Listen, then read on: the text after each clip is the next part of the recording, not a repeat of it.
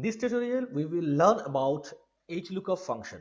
In the previous tutorial, we have learned VLOOKUP, that is vertical lookup, and so today we will learn HLOOKUP, that is H stands for horizontal, so it searches a value horizontally within a data range or a table array.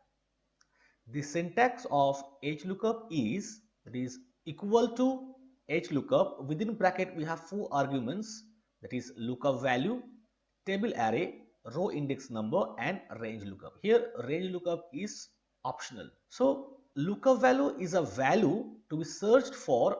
It can be a number, text or cell reference. That means lookup value is a value which we will search. That is, here we will search this Bernoulli, and this value can be a text, number or any cell reference. And then table array.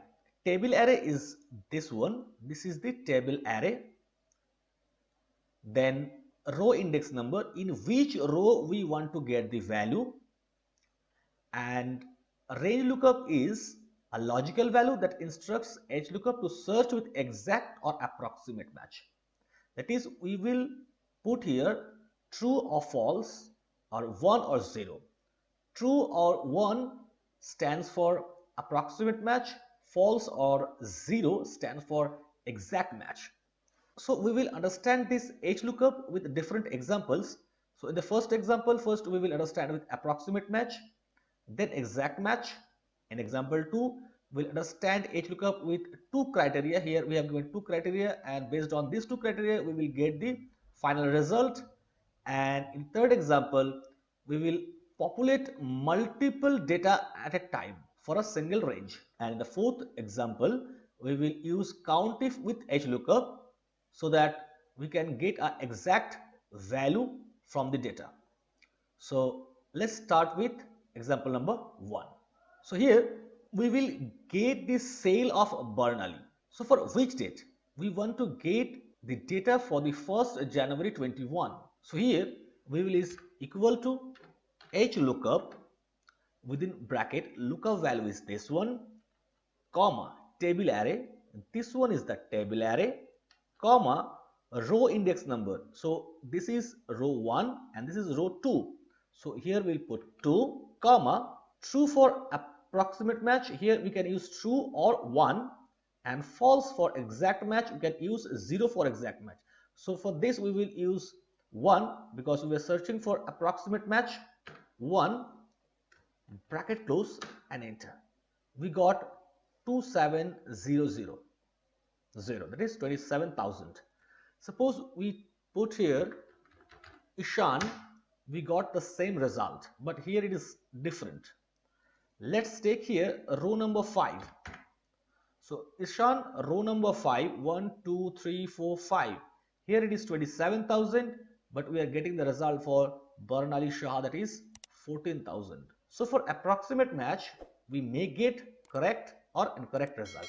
So for that, we will learn the exact match. So here, let's see, equal to HLOOKUP, lookup value is this one, comma, table array is this one, comma, row index number is 2, comma, 0 for exact match, or you may use false, enter.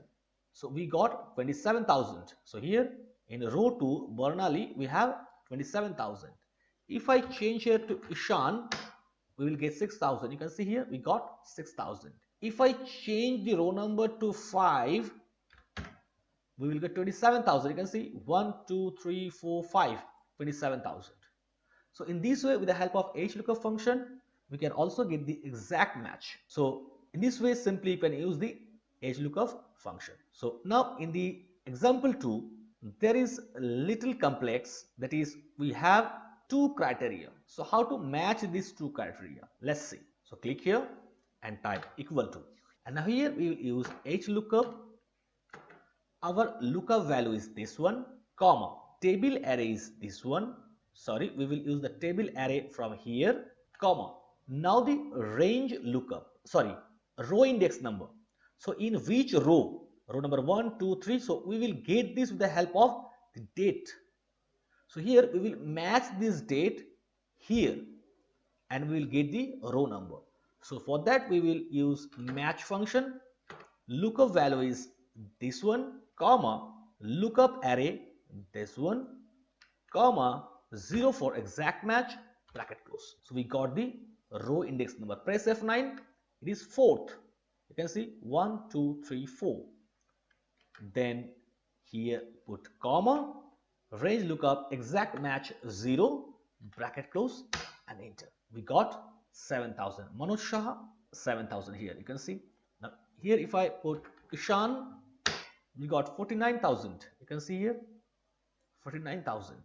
If I change the date to 5th of January, so we got 23,000. You can see 5th, 23,000. So in this way, we can get the result by two criteria. This one will be the lookup value and this one will be the row numbers lookup value. So in this way, you can use two criteria to get a value with the help of HLOOKUP function.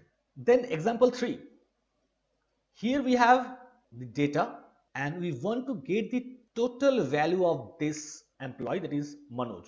So here we have given the employee name and here we use the formula. First, select these cells because we want 1, 2, 3, 4, 5, 6, 7 rows. So here we have selected 1, 2, 3, 4, 5, 6, 7. Then press F2 or type equal to HLOOKUP. Then select the lookup value, comma, select the table array, comma, row index number. Here we will get the row index number for all the data. So here put a curly bracket 1, comma 2, comma 3, comma 4, comma 5, comma 6, comma 7. So we have all the row numbers. Bracket close. So as we have put here the bracket and here we have the array. So you remember this is an array function and you have to enter this with Control Shift Enter, comma, exact match 0, bracket close, Control Shift and Enter. We got all the values. You can see 37,000, 5,000, 7,000, 7,000, 32,000 and 31,000. Now if I type here Bernally, enter, we got the value of Bernally. Type here Ishan, we got the value of Ishan.